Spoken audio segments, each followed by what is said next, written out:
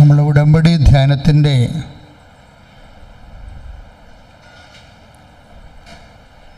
പ്രത്യേക ലക്ഷ്യം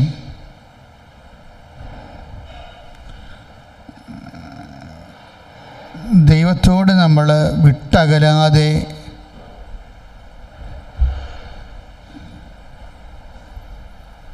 കൂടെ എപ്പോഴും നിൽക്കുക എന്നത് തന്നെയാണ്. The efficacy of covenant prayer. ഉടമ്പടി പ്രാർത്ഥനയുടെ ഒരു ശക്തമായ ഫലവും ആശ്രയിച്ചിരിക്കുന്നത് ഉടമ്പടി എടുക്കുന്ന വ്യക്തിയെ എപ്പോഴും അത് ദൈവത്തോട് ഇങ്ങനെ അടുപ്പിച്ച് നിർത്തും. പ്രത്യേകിച്ച് നമ്മൾ തുടങ്ങണത് തന്നെ, നമ്മുടെ ദിവസം തുടങ്ങണത് തന്നെ പ്രത്യക്ഷീകരണ പ്രാർത്ഥനയോട് കൂടിയാണ്. ആ പ്രത്യക്ഷീകരണ പ്രാർത്ഥന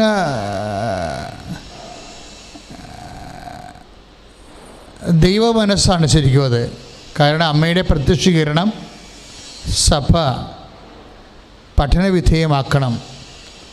സഭയുടെ വിവേചന അധികാരം ഉപയോഗിച്ചുകൊണ്ട് ദൈവ മനസ്സ് വെളിപ്പെടണം.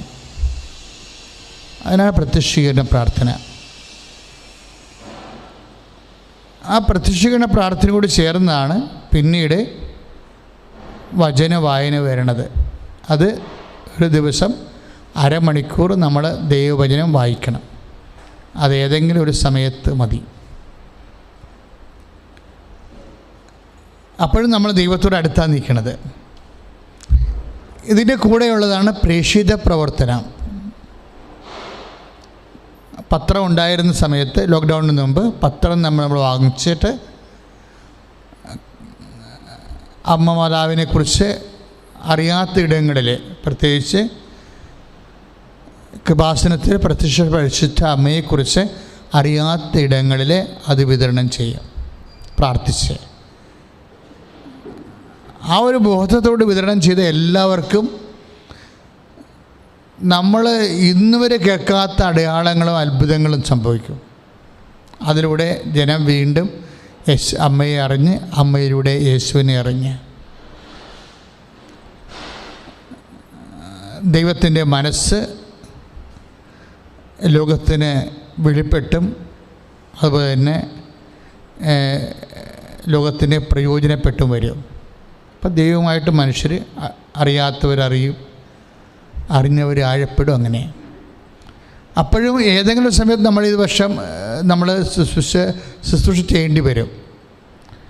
അങ്ങനെ ഉപവി പ്രവർത്തനമുണ്ട്. രോഗികളെ പോയി കാണുക, അതും ഇതിൻ്റെ ഭാഗമായിട്ട് വന്നതാണ്. അപ്പം നമ്മൾ ദൈനംദിന ജീവിതത്തിൽ ഏതെങ്കിലും ഒരു സമയമൊക്കെ ഇത് കണ്ടെത്തി കർത്താവിൻ്റെ വേല ചെയ്യാൻ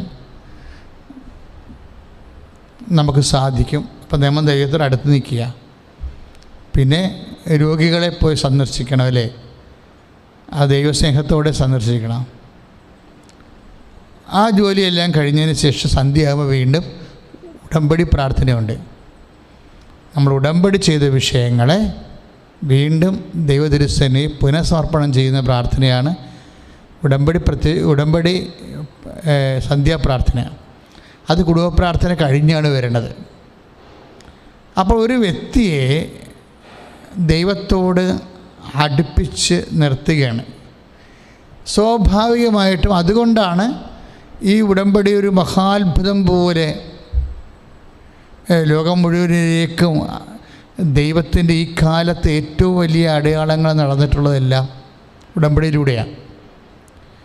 പക്ഷേ ഒരു കേവലമായ ഒരു പ്രാർത്ഥനയേക്കാൾ ഉപരി നമ്മുടെ ജീവിതത്തെ വളരെയേറെ പല സ്ഥലങ്ങളിലും തൊട്ട് തലോടി അങ്ങനെ ബന്ധപ്പെട്ട് നിൽക്കുന്ന ഏതെങ്കിലും ഒരു പ്രാർത്ഥനയല്ല ഇത്. ജീവിതം തന്നെ ഇതൊരു ഉടമ്പടി ഒരു ജീവിത ശൈലിയായിട്ടാണ്, ജീവിത രീതി.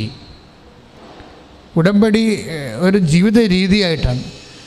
അതിന് അഭിഷേകം കിട്ടിക്കഴിഞ്ഞാൽ സ്വാഭാവികമായിട്ടും ജനങ്ങൾക്കത് ലൈറ്റ് വെയിറ്റ് ആവും. ഒരു വിഷയത്തിൽ നമുക്ക് വേണ്ടത് ചില നിസ്സാര കാര്യങ്ങൾ പോലും ചിലർക്ക് വല്ലാത്ത ഭാരമായിരിക്കും. പരിശുദ്ധാത്മാവ് കെട്ടുപോകുന്നതിൻ്റെ ഒരു സൂചനയാണത്. ചിലപ്പോൾ നിസ്സാര കാര്യമായിരിക്കും, ഒരു കസേര എടുത്ത് ഇപ്പുറത്ത് ഇടണമായിരിക്കും. നാളെ പിന്നെ ചേട്ടാ ആരെങ്കിലും പറയട്ടെ, അവരെ കൊണ്ട് എടുപ്പിക്കുക എന്ന് പറഞ്ഞ് ഇങ്ങനെ നിസ്സാര കാര്യം പോലും നമുക്ക് പാടായിട്ട് വരികയെന്നുണ്ടെങ്കിൽ നിങ്ങൾ അപകട മേഖലയിലാണ്. ശ്രദ്ധിക്കണം. കാര്യം അഭിഷേകത്തിൻ്റെ നിലവാരം എന്ന് പറയണത് ഭയങ്കരമായ പ്രയാസമുള്ള കാര്യങ്ങൾ പോലും light weight feather touch power steering എന്ന് പറയും. നമുക്കറിയാമല്ലോ, ഈ വലിയ 5 ടണ്ണിന് കൂടുതലുള്ള 8 ടണ്ണൊക്കെ ഉള്ള ലോറികളൊക്കെ പാലത്തിലിങ്ങനെ എൽക്കട്ടൊക്കെ വളക്കണത് പണ്ട് മെക്കാനിക് സ്റ്റിയറിങ്ങിൽ ആ ഡ്രൈവറിൻ്റെ 18 മസിലും തെളിഞ്ഞ് അവൻ വെട്ടി വിയർത്താണ് ആ ലോറി തിരിച്ചെടുക്കുന്നത്. ഈ കാര്യം മെക്കാനിക്കൽ സ്റ്റിയറിംഗ് ആയതുകൊണ്ട്. ഇപ്പോൾ പവർ സ്റ്റിയറിംഗ് ആയത് കാരണം ചുമ്മാ ഒരു വിരലിലാണ് ഇവൻ ചെയ്യണത് ഈ സംഭവം. ഇതുപോലെ ജീവിതത്തിൻ്റെ എല്ലാ കാര്യങ്ങളും നമുക്ക് പവർ സ്റ്റിയറിങ്ങിൽ ചെയ്യാൻ പറ്റും.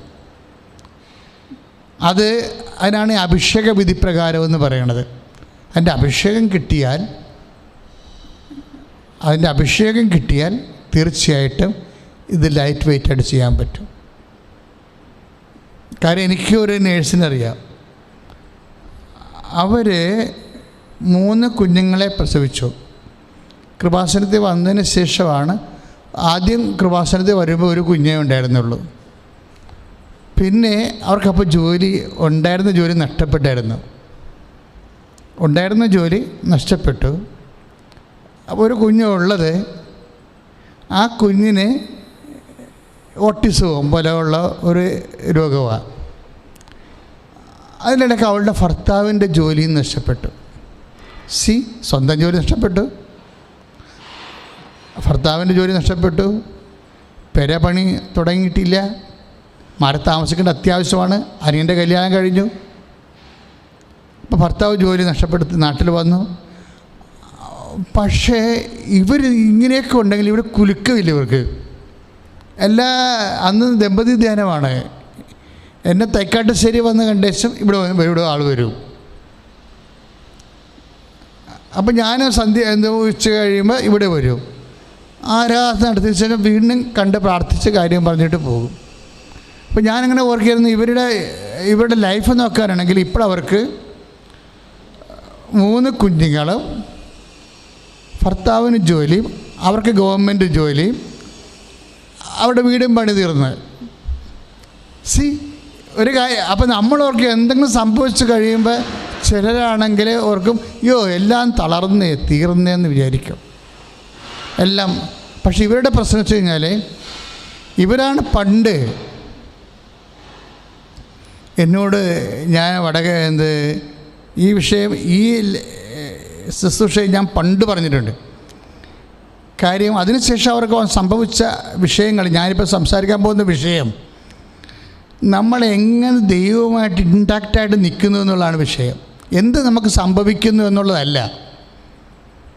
നമ്മൾക്ക് എന്ത് സംഭവിക്കാം. ഈ ഭൂമിയിൽ ഇപ്പോൾ എന്തെല്ലാമാണ് സംഭവിച്ചുകൊണ്ടിരിക്കുന്നത്.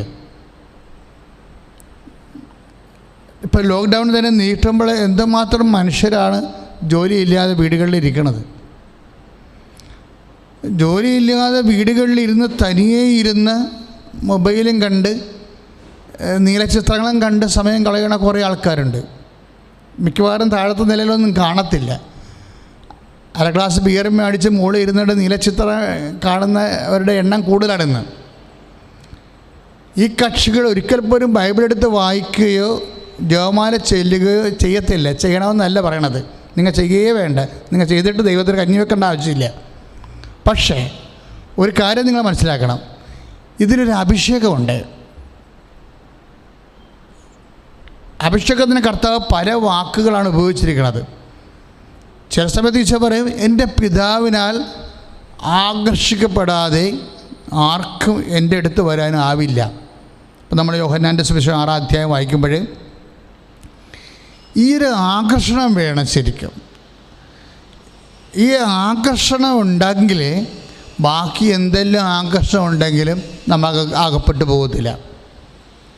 ബാക്കി ആകർഷണം എന്ന് പറയുന്നത് ഇപ്പോൾ ജോലി നഷ്ടപ്പെട്ട്, അപ്പോൾ സ്വാഭാവികമായിട്ട് നമുക്ക് പോകുന്ന ആകർഷണം എന്തായിരിക്കും? ഭർത്താവിൻ്റെ ജോലി നഷ്ടപ്പെട്ടാൽ ഭാര്യയ്ക്ക് വരാൻ പോകുന്ന ആകർഷണം എന്തായിരിക്കും? എന്താകർഷണം ഉണ്ടാവും? അയ്യോ, ഇനി കുഞ്ഞുങ്ങളെ എങ്ങനെ വളർത്തും? ആകുലതയുടെ ആകർഷണം ഉണ്ടാവും. ജോലി നഷ്ടപ്പെട്ടാൽ ഉണ്ടാകാൻ പോകുന്നത് എന്താണ്? ആകുലതയുടെ ആകർഷണം ഉണ്ടാവും. പക്ഷേ കർത്താവുമായിട്ട് ബന്ധമുള്ള വ്യക്തിയാണെങ്കിൽ ആകുലതയുടെ ആകർഷണം ഉണ്ടാകത്തില്ല. ഈ വിഷയത്തിൽ കർത്താവ് എന്തെങ്കിലും ചെയ്യുമെന്ന് പറഞ്ഞുകൊണ്ട് പരിശുദ്ധാത്മാവുകളെ അല്ല ആ വ്യക്തിയെ ഉള്ളിൽ നിന്ന് സാന്ത്വനപ്പെടുത്തിക്കൊണ്ടിരിക്കും. കർത്താവ് പറഞ്ഞത് പോകാൻ നേരത്ത് സ്വർഗാരോഹണത്തിൻ്റെ കാലമായപ്പോൾ പറഞ്ഞത് സാന്ത്വനപ്പെടുത്തുന്ന ആശ്വസിപ്പിക്കുന്ന ആത്മാവിനെക്കുറിച്ചാണ്. കാര്യം എന്തെങ്കിലും ഒരു സംഭവം നടക്കാൻ പോകുമ്പോൾ അല്ല നടന്നു കഴിയുമ്പോൾ നമ്മൾക്ക് ഒരു വിശ്വാസിക്ക് വേണ്ടത് ഭർത്താവിൻ്റെ അല്ലെങ്കിൽ ഭാര്യയുടെ അല്ല മക്കളുടെ അയൽവാസികളുടെ ആശ്വാസം എന്നതിനേക്കാളുപരി ഒരു വിശ്വാസിക്ക് വേണ്ടത് ആത്മാവിൻ്റെ ആശ്വാസമാണ്. ആത്മാവ് നമ്മളെ ആശ്വസിപ്പിക്കണില്ല എങ്കിൽ, വേറെ ആരെങ്കിലും നമ്മളെ ആശ്വസിപ്പിക്കുന്നുണ്ടെങ്കിൽ അതിനെല്ലാം പരിധികളുണ്ട്. ഒരു പരിധി വിട്ടാൽ പിന്നെ അവർക്ക് നമ്മളെ ആശ്വസിപ്പിക്കാൻ പറ്റത്തില്ല. കാര്യം മനുഷ്യൻ്റെ ആശ്വാസങ്ങളെന്ന് പറയണത് ഒന്ന് പുറത്തുനിന്നുള്ള ആശ്വാസങ്ങളുണ്ടാകും, അകത്തുനിന്നുള്ള ആശ്വാസം ഉണ്ടാകും. നമ്മളെപ്പോഴും ആഗ്രഹിക്കുന്നത് പുറത്തുനിന്നുള്ള ആശ്വാസമാണ്. അത് ഭർത്താവിൻ്റെതാകാം, ഭാര്യയുടേതാകാം, മക്കളുടേതാകാം, മാതാപിതാക്കന്മാർക്ക്. പക്ഷെ അങ്ങനെ പുറത്തുനിന്നൊരു ആശ്വാസം ഉണ്ടായാൽ അത് ഒരു പരിധി കഴിയുമ്പോൾ നമ്മൾ ആശ്വസിപ്പിക്കുന്ന ആൾക്കാർക്ക് ആ ആശ്വാസം തുടരാൻ പറ്റാത്ത സാഹചര്യം വരും. അല്ലെങ്കിൽ അവരുടെ ആശ്വാസം നമുക്ക് അനുഭവിക്കാൻ പറ്റാത്ത സാഹചര്യം വരും. ഇത് രണ്ടും സംഭവിക്കാം. അകത്തുള്ള ആശ്വാസം എന്ന് പറയുന്നത് ആത്മാവിൻ്റെ ആശ്വാസമാണ്. അതുകൊണ്ട് തന്നെ പെന്തക്കോസ്ത കഴിഞ്ഞ് ഇപ്പോൾ തിരുത്വക ദൈവത്തിൻ്റെ തിരുനാളും കഴിഞ്ഞ് ഇനി പ്രഷ്യസ് ബ്ലഡിൻ്റെ തിരുനാളിലേക്ക് നമ്മൾ പ്രവേശിക്കുകയാണ്, കോർപ്പസ് ക്രിസ്തി. അപ്പോൾ ഇങ്ങനെയുള്ള ഓരോരോ വിശ്വാസ രഹസ്യങ്ങളെക്കുറിച്ച് ധ്യാനിക്കുമ്പോൾ ആ ധ്യാനാത്മകമായ ജീവിതത്തിൻ്റെ കൂടെ സഞ്ചരിക്കുന്നത് ആരുടെ കൂടെയാണ്? ആത്മാവിൻ്റെ കൂടെയാണ്. അതുകൊണ്ട് തന്നെ ദൈവപൈതലെ നമ്മൾക്ക് ആരെല്ലാം ആശ്വസിപ്പിക്കാനുണ്ടായാലും പുറത്തുനിന്നുള്ള ആശ്വാസമാണ് അതെല്ലാം. ആന്തരികമായ ആശ്വാസം ആത്മാവിൻ്റെ ആശ്വാസമാണ്. അതാ കർത്താവ് പറയണത്, ഞാൻ ആശ്വാസകനായ പരിശുദ്ധാത്മാവിനെ നിങ്ങളിലേക്ക് അയക്കുമെന്ന്. അപ്പോൾ ദൈവപൈതൽ എപ്പോഴും ചിന്തിക്കേണ്ട കാര്യം, ഞാൻ ഇപ്പോഴും ഗൈഡഡ് ബൈ ദ സ്പിരിറ്റ് ആണോ? ആശ്വാസകനായ ആത്മാവിൻ്റെ സാന്ത്വനങ്ങളെ എനിക്ക് അഭിഷേകമായിട്ട് ഇപ്പോഴും അനുഭവിച്ചിട്ട് വിഷയങ്ങളെ ലൈറ്റ് വെയ്റ്റ് ആകുന്നുണ്ടോ, ഫെദർ ടച്ച് ആകുന്നുണ്ടോ, പവർ സ്റ്റിയറിങ് ആകുന്നുണ്ടോ? എല്ലാ വിഷയങ്ങൾക്കും അങ്ങനെയാവും. കാര്യം നമ്മൾ കടന്നു പോകുന്ന വഴികൾ വളരെ തിക്തമാണെങ്കിലും നമ്മളെ അതിന് ആവിയും പുകയും അറിയിക്കാതെ കൊണ്ടുപോകും. ഇപ്പോൾ അഗ്നിയിലൂടെ നടക്കുമെന്ന് നമ്മൾ സാധാരണ പറയത്തില്ലേ? ഐശ്വര്യാവചനങ്ങളിൽ 43:2 നീ അഗ്നിയിലൂടെ നടക്കും. അപ്പം അത് നമുക്ക് മാറ്റാൻ പറ്റത്തില്ല. മനുഷ്യൻ്റെ ജീവിതത്തിൽ അഗ്നിയിലൂടെ നടക്കും. പക്ഷേ എന്താണ് സംഭവിക്കണത്? അഗ്നിയിലൂടെ നടക്കും, പക്ഷേ നിനക്ക് പൊള്ളലേൽക്കുകയില്ല എന്ന വചനം. ഐശ്വര്യ 43:2 എന്താ? അഗ്നിയിലൂടെ നടക്കും, പക്ഷേ നിനക്ക് പൊള്ളൽ ഏൽക്കുകയില്ല. അതിനാണ് ഈ അഭിഷേകം എന്ന് പറയുന്ന വിഷയം. നമ്മളൊരു പ്രത്യേക കാലഘട്ടത്തിലൂടെ കടന്നു പോകും. ഇപ്പം ആ മോള് എന്താ സംഭവിച്ചത്? അവൾ എൻ്റെ മുറിയിൽ ആദ്യം വരേണ്ട സമയത്ത് 2016 ആ എപ്പിലെപ്സി ഓട്ടിസം ഉണ്ടായിരുന്ന കുഞ്ഞിനെയും കൊണ്ടാണ് വരണത്. ഇപ്പം 2 വയസ്സ്. അവൻ അന്ന് 1.5 വയസ്സേ മറ്റേ ഉണ്ട്, 1.5-2 വയസ്സുണ്ട്. അപ്പോൾ എന്നെ ഞെട്ടിപ്പിച്ച ഒരു സംഭവം, ഈ മകൻ എൻ്റെ മുറിയിലുണ്ട് അലമാരിയുടെ മുകളിലോട്ട് ഇവൻ ജനൽ വഴി കയറി. അപ്പോൾ അവർ 50% ഓട്ടിസം ഉള്ളത്, സംസാരിക്കുകയൊക്കെ ചെയ്യും കൊച്ച്. പക്ഷെ അതിന് പിടിച്ചാൽ നിൽക്കത്തില്ല, കോതറി പാഞ്ഞ് മിന്നൽ പോലെ നടക്കും. നമുക്ക് കൺട്രോൾ ചെയ്യും. ഇപ്പം കൊച്ചിന് എന്തെങ്കിലും സംഭവിക്കുന്നതൊക്കെ തോന്നിപ്പോകും. പക്ഷേ കൊച്ചിനെയും കൊണ്ട് ഇവൾ ലൈറ്റ് വെയിറ്റ് ആയിട്ടാണ് ജീവിക്കണത്. അല്ലാതെ എൻ്റെ മുഖത്ത് വരുമ്പോൾ അവൾ ചിരിക്കുകയാണ് ചെയ്യണത്. അച്ഛൻ ഇത് കണ്ടാന്ന് പറയും. പക്ഷേ എന്നാലും മുഖത്തെ ചിരി മായത്തില്ല. അതെന്ത് സംഭവിച്ചു കഴിഞ്ഞാൽ ഭയങ്കര പ്രേയറുള്ള ആളാണ്, പ്രാർത്ഥനയുള്ള ആളാണ്, അഗ്നിയിലൂടെ നടക്കുകയാണ്. ഒരു മിന്നൽ പോലെ പായണ ഒരു പയ്യനെയും കൊണ്ട്, ഒരു ഒട്ടിസം വായിച്ച കൊച്ചിനെയും കൊണ്ട് നടക്കുകയാണ്. പക്ഷേ അവൾക്കത് ഫീൽ ചെയ്യണില്ല. അഥവാ ആ വിഷയം അവരുടെ ഉള്ളിലുള്ള സാന്ത്വനിപ്പിക്കുന്ന പരിശുദ്ധാത്മാവ് പറഞ്ഞുകൊണ്ടിരിക്കുന്നത് ഇതാണ്: ദൈവപൈതലെ. ബൈബിളിൽ ഏറ്റവും ശക്തമായൊരു വാക്കാണ് ദൈവപൈതൽ. നമ്മളുണ്ടാക്കിയൊന്നുമല്ല, ലൂക്കാസ് സുവിശേഷൻ ഉണ്ടാക്കിയതാണിത്. ഈ വാക്ക് സഭയിലുള്ള എല്ലാവരും ദൈവപൈതലാണ്. തെയോഫിലസ്, ദൈവത്തിൻ്റെ ഫീലിയ അല്ല ഫീലൂസ്, ദൈവ പൈതൽ. അപ്പം ദൈവ പൈതലിനെ സംബന്ധിച്ചിടത്തോളം അവൻ ദൈവ പൈതലാകണത് എങ്ങനെയാണ്? ദൈവാത്മാവിനാൽ നയിക്കപ്പെടുന്നവർ ദൈവത്തിൻ്റെ പൈതലാണ്.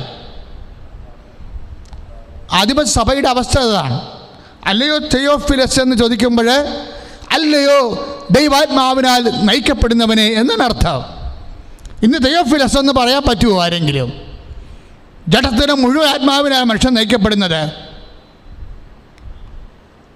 അപ്പോൾ അല്ലയോ തെയോഫിലസ് എന്ന് പറയുമ്പോൾ അഭിസംബോധന ചെയ്യുന്ന, ആദിമസഭ അഭിസംബോധന ചെയ്തത് ആരെയാണ്? ദൈവാത്മാവിനാൽ നയിക്കപ്പെടുന്നവരെ. റോമ 8:14 നമ്മൾ വായിക്കുന്നതാണ്: ദൈവാത്മാവിനാൽ നയിക്കപ്പെടുന്നവർ ദൈവത്തിൻ്റെ മക്കളാണ്, തെയോഫിലസ് ആണെന്ന്. ദൈവാത്മാവിനാൽ നയിക്കപ്പെടുന്നവർ ദൈവത്തിൻ്റെ മക്കളാണ്, തെയോഫിലസ് ആണ്. അപ്പം തെയോഫിലസിൻ്റെ അടയാളം എന്താണ്? അവർ ദൈവാത്മാവ് നയിക്കപ്പെടുമ്പോൾ ദൈവാത്മാവ് എന്താണ് സംഭവിച്ചത്, എന്തിനാണ് സംഭവിച്ചത് എന്ന് നമ്മളെ ഉള്ളിൽ പറഞ്ഞുകൊണ്ടേയിരിക്കും. ആ നേഴ്സിനോട് ദൈവാത്മാവ് പറഞ്ഞുകൊണ്ടിരുന്നത് എന്താണ്? നിനക്ക് പ്രാർത്ഥിക്കാൻ, നീ പ്രാർത്ഥനയിൽ വളരാൻ, പ്രാർത്ഥിക്കാനൊരു വിഷയം ദൈവം നിൻ്റെ മകളിൻ്റെ ഉള്ളിൽ നിനക്ക് തന്നിരിക്കുന്നു. യു പ്രേ വെൽ, നീ പ്രാർത്ഥിക്കുകയെന്ന്. അവളത് കേട്ടു, പ്രാർത്ഥിക്കുക തന്നെ ചെയ്തു. അതിൻ്റെ ആന്തരിക സാന്ത്വനം അനുഭവിക്കുന്നുണ്ട്. പരിശുദ്ധാത്മാവ് സാന്ത്വനിപ്പിക്കുന്ന ആത്മാവാണെന്ന് പറയുന്നത് എങ്ങനെയാണ്? പരിശുദ്ധാത്മാവ് നമുക്ക് സത്യങ്ങളെ വെളിപ്പെടുത്തി തരും. നിങ്ങൾ സത്യമറിയും. പരിശുദ്ധാത്മാവിനെ കുറിച്ച് കർത്താവ് പറയുമ്പോൾ the spirit of the truth, എന്നാൽ സത്യത്തിൻ്റെ ആത്മാവെന്നാണ് പറയണത്. എന്ന് വെച്ചാൽ എന്താണ്? ആത്മാവ് അതിൽ തന്നെ സത്യമാണ്. അത് തന്നെ നമ്മൾക്കും നമ്മുടെ ജീവിതത്തിനെക്കുറിച്ചുള്ള സത്യങ്ങൾ പറഞ്ഞു തരും. അങ്ങനെ സത്യങ്ങൾ നമ്മുടെ ജീവിതത്തെക്കുറിച്ച് അറിഞ്ഞു കഴിയുമ്പോൾ യോഹന്നാൻ 8:32 വർക്കൗട്ട് ചെയ്യും. എന്താണ്? നിങ്ങൾ സത്യമറിയും, സത്യം നിങ്ങളെ സ്വതന്ത്രരാക്കുമെന്നും. ഈ സ്വാതന്ത്ര്യം ഭയത്തിൽ നിന്നുള്ള സ്വാതന്ത്ര്യമാണ്. ഇത് പുത്രസ്വീകാരത്തിൻ്റെ സ്വാതന്ത്ര്യമാണെന്ന് പൗലോസ് പറയുമ്പോൾ പുത്രന് എന്താണ് സംഭവിച്ചിരിക്കുന്നത്? അവന് ഭയമില്ല. കാര്യം എന്താണ്? അവൻ ദൈവത്താൽ നയിക്കപ്പെടുന്നു. കാരണം എന്താണ്? അവൻ ദൈവപൈതലാണ്. കാരണം എന്താണ്? അവൻ പരിശുദ്ധാത്മാവിൻ്റെ സാന്ത്വനം അനുഭവിക്കുന്നു. സ്തുതിക്കട്ടെ. ഹല്ലേലൂയ, ഹല്ലേലൂയ, ഹല്ലേലൂയ, ഹല്ലേലൂയ. കരങ്ങൾ ഉയർത്തിക്കൊണ്ട് സ്തുതിക്കട്ടെ. കർത്താവായ ദൈവമേ, പുത്രസ്വീകാര്യമായ കർത്താവേ, ഈ ശുശ്രൂഷയിൽ പങ്കെടുക്കുന്ന ഓരോ മക്കളിലും കർത്താവേ, ശുശ്രൂഷയിൽ ഷഖീന ടെലിവിഷനിലൂടെ ശുശ്രൂഷ പങ്കെടുക്കുന്ന എല്ലാ മക്കളിലേക്കും ആത്മാവിനെ വർഷിക്കണമേ. പരിശുദ്ധ പരമദിവ്യകാരുണ്യത്തിന് ആരാധനയും സ്തുതിയും പുകഴ്ചയും ഉണ്ടാകട്ടെ. പരിശുദ്ധ പരമദിവ്യകാരുണ്യത്തിന് ആരാധനയും സ്തുതിയും പുകഴ്ചയും ഉണ്ടാകട്ടെ. പരിശുദ്ധ പരമദിവ്യകാരുണ്യത്തിന് ആരാധനയും സ്തുതിയും പുകഴ്ചയും ഉണ്ടാകട്ടെ. പ്രിയമുള്ളവരെ, യോഹന്നാൻ 14:26 15:26 പരിശുദ്ധാത്മാവ് സഹായകനാണ്. ഈ സഹായം നമുക്ക് ലഭിക്കുന്നത് എങ്ങനെയെന്ന് വെച്ച് കഴിഞ്ഞാൽ, പരിശുദ്ധാത്മാവ് വാട്ട് ഈസ് ഹാപ്പനിങ് നൗ, എന്താണ് ഇപ്പോൾ നിൻ്റെ ജീവിതത്തിൽ സംഭവിച്ചുകൊണ്ടിരിക്കുന്നത് എന്ന് നമ്മളോട് പറഞ്ഞുകൊണ്ടിരിക്കും. എന്താണ്? നീ പതറണ്ട, നീ തകരണ്ട. എന്താണ് നിൻ്റെ ജീവിതത്തിൽ ഇപ്പോൾ സംഭവിച്ചുകൊണ്ടിരിക്കുന്നത്? ഇത് എപ്പോൾ തീരും എന്ന് വരെ പരിശുദ്ധാത്മാവ് പറയും. അതാ കർത്താവ് പറഞ്ഞ വരാനിരിക്കുന്ന കാര്യങ്ങൾ അവൻ നിങ്ങളെ അറിയിക്കും. നിൻ്റെ തകർച്ചയ്ക്ക് ഇനി അധികം മാറാൻ അധികം കാലമുണ്ടാവത്തില്ല. ഇങ്ങനെ ഏറ്റവും ഇഷ്ട കാര്യങ്ങൾ. പക്ഷെ മുമ്പ് പറഞ്ഞതുപോലെ ഇപ്പോൾ യോഹന്നാൻ 16:13 ഈ സത്യാത്മാവെന്നാണ് ഈശോ വിളിക്കുന്നത്. സത്യാത്മാവ് നിങ്ങളെന്ത് ചെയ്യും? പൂർണ്ണ സത്യത്തിലേക്ക് നയിക്കും. ഒരു വിഷയത്തിൻ്റെ പൂർണ്ണ സത്യത്തിലേക്ക് നയിക്കും. ഇപ്പോൾ രോഗം തന്നെയാണെന്ന് വിചാരിച്ചോ, ആ രോഗത്തിന് ഒരു സത്യം ഉണ്ടാകുമല്ലോ. ആ രോഗത്തിനൊരു നുണയുണ്ടാവും. നുണയെന്താണ്? നമുക്കൊരു രോഗം തന്നെ വന്നെന്ന് വിചാരിച്ചോ, ആ രോഗത്തിനൊരു സത്യമുണ്ടാകും, ആ രോഗത്തിനൊരു നുണയുണ്ടാകും. ഈ ഭൂമിയിലുള്ള എല്ലാ കാര്യങ്ങൾക്കും സത്യവുമുണ്ട്, നുണയുമുണ്ട്. അതിൻ്റെ സത്യമെന്ന് പറയുന്നത് അതിൻ്റെ ദൈവ മനസ്സാണ്. അതിന് നുണയെന്ന് പറയണത് ദൈവ മനസ്സിൽ നിന്ന് മനുഷ്യനെ പിന്തിരിപ്പിക്കുന്ന എന്തും നുണയായി മാറാം. മനുഷ്യൻ സ്വതന്ത്രനാകണമെങ്കിൽ അതിൻ്റെ സത്യം അറിയണം. അതാണ് യോഹന്നാൻ നമ്മൾ 8:32 നേരത്തെ കണ്ടത്. മനുഷ്യൻ സ്വതന്ത്രനാകണമെങ്കിൽ അതിൻ്റെ സത്യം അറിയണം. സത്യം ആർക്ക് അറിയാം? സത്യം സത്യാത്മാവിനറിയാം. അതുകൊണ്ടാണ് സത്യം നമുക്ക് ഭാഗിക സത്യം അറിയാൻ പറ്റത്തില്ല. സത്യം അറിയുമ്പോൾ അത് പൂർണ്ണമായ സത്യമായിരിക്കണം.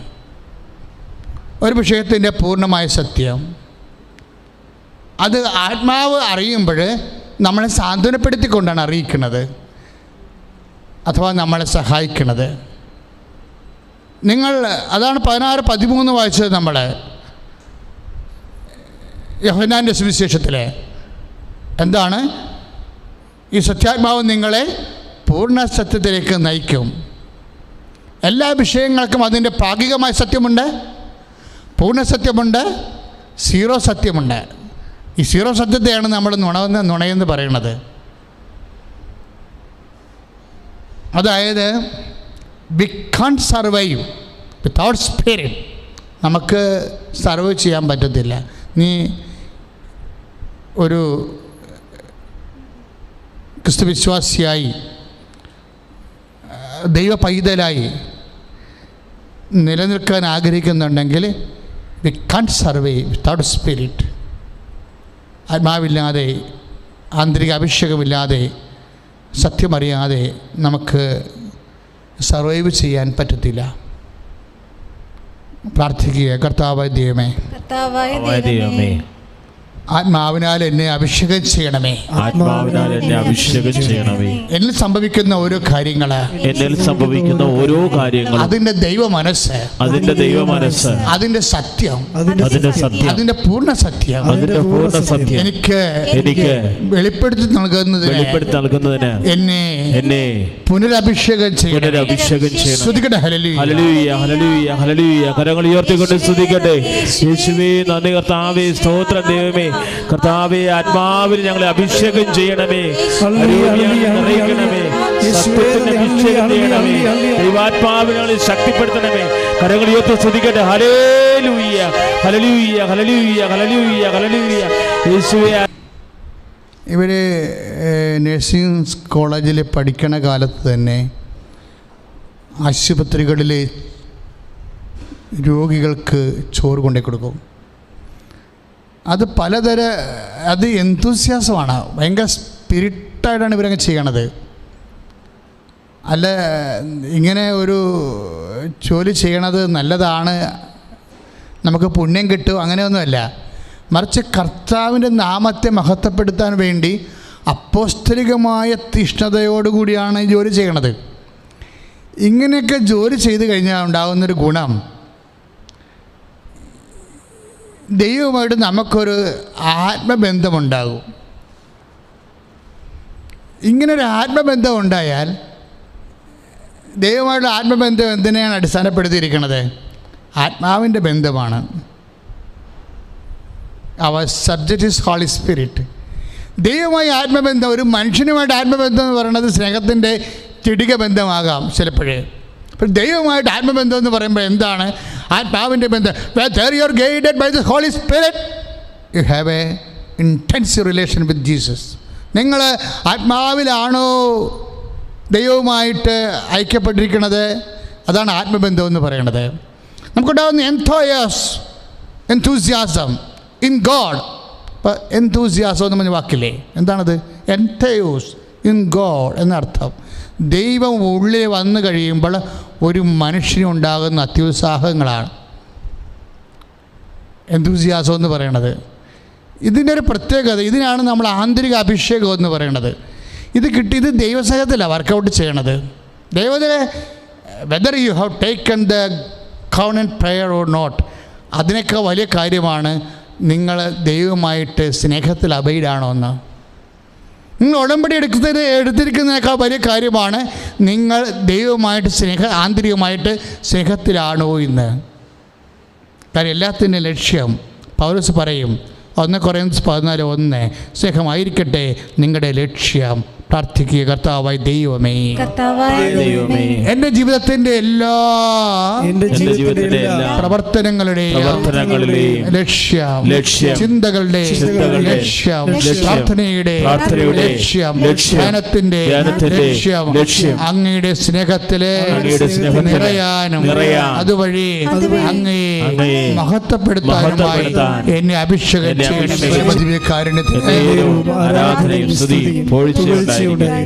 അപ്പോൾ enthusiasm അഥവാ ആന്തരികമായ ആത്മീയ ഉത്സാഹം, അത് ദൈവ പൈതലിൻ്റെ ഒരു മുഖമുദ്രയാണ്. അപ്പോൾ ഇവർ പണ്ട് മുതലേ അത് കീപ്പ് ചെയ്യുന്നതാണ്, കല്യാണത്തിന് മുമ്പ് തന്നെ. ഞാനങ്ങനെ പറയാൻ കാരണം, ഇവിടെ ഒരു ദൈവ പൈതലിൻ്റെ 10 കൊല്ലത്തെ സ്പാൻ ഓഫ് ലൈഫ്, അല്ലെങ്കിൽ 15 കൊല്ലം, അതെ 15 കൊല്ലത്തെ സ്പാൻ ഓഫ് ലൈഫ് വിലയിരുത്തുമ്പോൾ ഇവർക്ക് പണ്ട് ജോലി ഇല്ലാഞ്ഞൊരു കാലം, ജസ്റ്റ് നേഴ്സിംഗായിട്ട് പഠിച്ചുകൊണ്ട് നടക്കുന്ന ഒരു കാലം. ആ കാലം മുതൽ ഇന്ന് 3 കല്യാണം കഴിച്ച് 3 കുഞ്ഞുങ്ങളെ പെറ്റൊരു വീട്ടിൽ ഗവൺമെൻറ് ജോലിയുമായിട്ട് താമസിക്കുന്ന ആ കാലം വരെ ഉണ്ടായിട്ടുള്ള ഓരോ ഘട്ടങ്ങളാണ് ഞാൻ ഓർക്കുന്നത്. ഒരു ദിവസം ഇവരെന്നെ പെട്ടെന്ന്, ഞാൻ സന്ധ്യജപമാല ചൊല്ലിക്കൊണ്ടിരിക്കുന്ന സമയത്ത് പെട്ടെന്ന് ഇവരെന്നെ വിളിച്ചതിൻ്റെ കാരണം അവർക്ക് ഭയങ്കരമായ, അതെപ്പോഴും ഞാൻ ഓർക്കും, ഇടയ്ക്ക് ഞാൻ ധ്യാനത്തിൽ പറഞ്ഞിട്ടുണ്ടത്. കാര്യം ഇപ്പം നിങ്ങളിപ്പോൾ ഈ ഉടമ്പടി എടുത്തിരിക്കുന്ന പുതിയ ശ്രോതാക്കളായതുകൊണ്ടാണ് ഞാനിപ്പോൾ വീണ്ടും അത് ആവർത്തിക്കാൻ കാരണം. അവരെന്നെ വിളിച്ചിട്ട്, അപ്പോൾ ഞാൻ എൻ്റെ പള്ളിയിൽ ജപമാല ചൊല്ലിക്കൊണ്ടിരിക്കുകയാണ്, സന്ധ്യയ്ക്ക് അങ്ങോട്ടും ഇങ്ങോട്ടും നടന്ന് ചൊല്ലിക്കൊണ്ടിരിക്കുകയാണ്. പെട്ടെന്ന് ഇവരെ ഞാൻ ഫോണെടുത്തു. അന്ന് ഇത്രയും തിരക്കൊന്നുമുള്ള കാലമല്ല. ഇപ്പോൾ ഇന്ന് നമുക്ക് 800 ഫോൺ 600 ഫോണൊക്കെയാണ് ഒരു ദിവസം വരണത്. അപ്പോൾ 5-10 ഫോൺ നമ്മൾ ഉപയോഗിക്കുന്നുണ്ട് ഇപ്പോഴേ. 5 പേരെ ഈ ലോക്ക്ഡൗണിന് പോലും ഇവിടെ ഇരുത്തിയിരിക്കുകയാണ് ഫുൾ ടൈമേഴ്സായിട്ട്. രാത്രി ഒരാളെ വെച്ചിട്ടുണ്ട്. അപ്പം അന്ന് അത്രയും തിരക്ക് നമുക്കില്ല. അപ്പോൾ ഞാൻ ഫോൺ എടുത്ത ഉടനെ എൻ്റെ പറഞ്ഞു, എൻ്റെ അച്ഛാ ഞാൻ മടുത്തെന്ന് പറഞ്ഞു. അപ്പോൾ മടുത്തെന്ന് പറഞ്ഞു കഴിഞ്ഞാൽ നെഗറ്റീവായിട്ട് പറഞ്ഞതല്ല, അവർ ഹോസ്പിറ്റലിലെ ഡ്യൂട്ടിയും കഴിഞ്ഞ് വന്നപ്പോഴേ അവരുടെ ഈ ഓട്ടിസം ബാധിച്ച മകൻ ഇങ്ങനെ മരിക്കണ പോലെ ഇങ്ങനെ തളർന്ന് വീട്ടിൽ കിടക്കുക. അവനടുത്ത് ചെന്ന് ചോദിച്ചിട്ട് അവന് ഇങ്ങനെ ഏങ്ക മാത്രമേ ചെയ്യുന്നുള്ളൂ, എന്താണ് സംഭവിച്ചതെന്ന് അറിയത്തില്ല. ഇവളാണെങ്കിൽ സന്ധ്യക്കാണ് കയറി വരുന്നത്. പക്ഷേ സന്ധ്യക്ക് കയറി വരുമ്പോൾ കുടുംബത്തിൻ്റെ സിറ്റുവേഷൻസ് ഇതാണ്. അപ്പോൾ ഉടനെ ഇത് കണ്ട ഉടനെ ഇവരെന്താ ചെയ്തത്? ഇവർ ജസ്റ്റ് എന്നെ വിളിക്കുകയാണ് ചെയ്തത്. ഞാൻ എപ്പോഴും ഓർക്കും, ആ ഒരു കൊച്ചിൻ്റെ ഒരു അവസ്ഥ കണ്ടാൽ ഉടനെ എന്നെ വിളിക്കേണ്ട കാര്യമില്ല. അതെന്താണെന്ന് തിരക്കി അതിൻ്റെ ഒരു മറുകൃതി കണ്ടുപിടിച്ചിട്ടാണ് എന്നെ വിളിക്കേണ്ടത്. പക്ഷേ ഇതാണ് പ്രശ്നമായി. അപ്പോൾ തന്നെ അവർ വിളിക്കാൻ തോന്നി. എന്ന് വെച്ച് കഴിഞ്ഞാൽ അവർ അറിയേണ്ടത് എൻ്റെ ഒരു അഭിപ്രായമല്ല, കർത്താവ് എന്താണ് ഈ വിഷയം കൊണ്ട് ഉദ്ദേശിക്കുന്നത്, അതാണ് പ്രശ്നം. ഈ കാലങ്ങളിലൊക്കെ മനുഷ്യന്മാർ ജീവിക്കുന്നവർ ഉള്ളവർക്കെല്ലാം ഉണ്ട്, ഇല്ലാത്തവർക്കൊന്നുമില്ല എന്ന് പറഞ്ഞുള്ള അവസ്ഥയാണ്. പ്രത്യേകിച്ച് ഈ ദൈവികമായ കാര്യത്തിൽ ചിലർ എല്ലാ കാര്യങ്ങളിലും ഇല അനങ്ങിയാൽ പോലും ദൈവഹിതം എന്താണ്, ദൈവത്തിൻ്റെ മനസ്സെന്താണെന്ന് ചോദിക്കും. അപ്പം അങ്ങനെ ദൈവത്തിൻ്റെ മനസ്സെന്താണെന്ന് അറിയണമെന്ന് ആഗ്രഹമുള്ളവർക്ക് പഞ്ഞമില്ല. അവർക്ക് ദൈവത്തെ ലഭിക്കുന്നുണ്ട്. എന്താ സംഭവിച്ചതെന്ന് വെച്ച് കഴിഞ്ഞാൽ എന്നോട് എൻ്റെ അച്ഛാ ഈ ക്വസ്റ്റ്യൻ എന്താ സംഭവിച്ചു കഴിഞ്ഞാൽ, എൻ്റെ അമ്മായിയപ്പൻ ഇന്ന് കണ്ണിന് അസുഖമുള്ള ആൾ, ഈ കണ്ണിൻ്റെ അസുഖം കഴിഞ്ഞ് വന്നിട്ട് ഇന്ന് വന്ന് കൊച്ചിയെ കിടക്കുകയാണ്. അപ്പോൾ കണ്ണ് തെളിയുന്നുണ്ടെന്ന് നോക്കാൻ വേണ്ടി പത്രം വായിച്ചുകൊണ്ട് കൊച്ചിയെ കിടക്കുന്നു. ചെറിയ അക്ഷരവും വലിയ അക്ഷരവും ഒക്കെ കാണുന്നുണ്ടോ എന്നറിയാൻ വേണ്ടിയാണ് അപ്പനങ്ങനെ പത്രം വായിക്കണത്. അപ്പോൾ ഈ പയ്യൻ അകത്ത് കണ്ടപ്പോഴേ അപ്പനിങ്ങനെ ചെറിയ അക്ഷരം അടുത്ത് നോക്കും, പത്രം താഴ്ത്തും, വലിയ അക്ഷരം കാണുന്നുണ്ട് പത്രം അകലെ പിടിക്കും. ഇങ്ങനെയൊക്കെ കാണുമ്പോൾ ആ ഓട്ടിസം വായിച്ച കുഞ്ഞ് വിചാരിക്കണത് അപ്പം പാത്ത് കളിക്കുകയാണെന്ന് വിചാരിച്ചത്. കാര്യം കണ്ടേ എന്നൊക്കെ പറഞ്ഞുകൊണ്ട് നമ്മൾ പിള്ളേർ കളിക്കത്തില്ല അവരെ. അപ്പോഴേ അതുപോലെ കളിക്കണേ പത്രം പൊക്കിയും താത്തി. അവന് ആ കുസൃതി തോന്നിയിട്ട് അവൻ വന്ന് അപ്പാപ്പനെ കണ്ടേന്നും പറഞ്ഞുകൊണ്ട് ഈ പത്രം പറിച്ച് താത്തിയോടുകൂടി അവൻ്റെ കൈ അപ്പാപ്പൻ്റെ കണ്ണിൽ കൊണ്ട്, കണ്ണിൽ കേടായിരിക്കണ കണ്ണാണേ, ഒന്നും ഒറ്റടി വെച്ച് കൊച്ചിനുണ്ട്. അറിഞ്ഞുകൊണ്ട് അടിച്ചതല്ല, അപ്പോഴത്തെ അവസ്ഥയിൽ അടിച്ചു പോയി. കൊച്ച് ആട്ടിക്കൊണ്ട്, വലിയ മനുഷ്യൻ്റെ അടിയല്ലേ, ആട്ടിക്കൊണ്ട് കൊച്ച് വീണു പോയി. വരാനങ്ങിയിട്ടില്ല, എങ്ങി അവിടെ കറണ്ടടിച്ച പക്ഷീനെ പോലെ കിടക്കുക.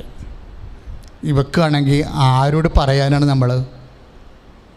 ആശുപത്രിയിൽ നിന്നാണെങ്കിൽ നിന്നാണ് ഭക്ഷണം കഴിച്ചാണ് അവിടെ ഉച്ചയൊക്കെ മറ്റേ കാര്യം ഡ്യൂട്ടിയുടെ സമയമാണെങ്കിൽ ഒന്നും ചെയ്യാൻ പറ്റത്തില്ല. പല നേഴ്സുമാരും 5 മിനിറ്റ് കൊണ്ട് നിന്ന് തിന്നിക്കാണ് തീരണത് ഭക്ഷണം കഴിക്കണത്. അപ്പോഴേ ആരോടും ഒന്നും പറയാൻ പറ്റില്ല. കൊച്ചിനെ ആശിപ്പിക്കുമ്പോൾ ഇവളാകപ്പാടെ ഇങ്ങനെ തേങ്ങി. എന്താണ് അവൾക്ക് സംഭവിച്ചതെന്ന് എന്നോട് ചോദിച്ചു. What is happen to me, എന്താണ് ഇങ്ങനെ സംഭവിക്കണത് വെച്ചാൽ നമ്മളെ പ്രൊട്ടക്റ്റ് ചെയ്താണ് പ്രെയർ ചെയ്ത് പോകണത്, ഇങ്ങനെ അവിചാരിതമായിട്ട് എന്തുകൊണ്ടാണ് ഈ തകർച്ച വരണതെന്ന് എന്നോട് ചോദിച്ചു. അപ്പോൾ ഞാൻ പറഞ്ഞു, മോളെ നീ ഒരു വിശ്വാസ പ്രമാണം ചെല്ലാൻ പറഞ്ഞു. ഒരു വിശ്വാസ പ്രമാണം ചെല്ലും.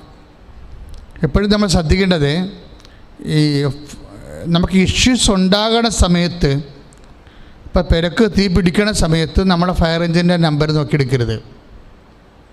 ഇതൊക്കെ നമുക്ക് ഒരു വിധം അറിഞ്ഞിരിക്കണം. അത്യാഹിത വിഷയങ്ങളിലേക്കെല്ലാം ഇപ്പോൾ 100, 108 എന്നൊക്കെ പറഞ്ഞ ആൾക്കാർ പറയത്തില്ല, അതുപോലെ നമുക്ക് ആ സംഭവം അറിഞ്ഞിരിക്കണം.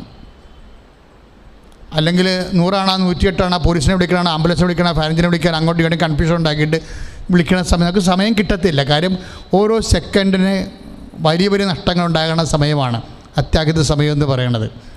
അപ്പോൾ അത്യാഹിത സമയത്ത് കറക്റ്റ് പരിശുദ്ധാത്മാവ് നമുക്ക് കൃത്യമായിട്ട് ആന്തരികമായിട്ട് കിട്ടിയാൽ നമുക്ക് കാഷ്വാലിറ്റിയൊക്കെ കുറഞ്ഞിരിക്കും. അപ്പോൾ ദൈവമായിട്ടുള്ള ബന്ധമെന്ന് പറഞ്ഞാൽ കാഷ്വൽ ബന്ധമല്ല, ഒരു നിരന്തരമായ ഒരു ബന്ധമാണെന്ന് ഓർക്കണം. അതാണ് ഉടമ്പടി നമ്മളെ സഹായിക്കുന്നതിൻ്റെ പരിപാടി. കാര്യം വെളുപ്പിന് 5 തൊട്ട് വൈകുന്നേരം രാത്രി 10 വരെ ഉടമ്പടിയുടെ സ്പിരിറ്റിലാണ് നമ്മൾ ജീവിക്കുന്നത്. അത്രയ്ക്ക് ടൈറ്റ് പ്രെയറാണ്.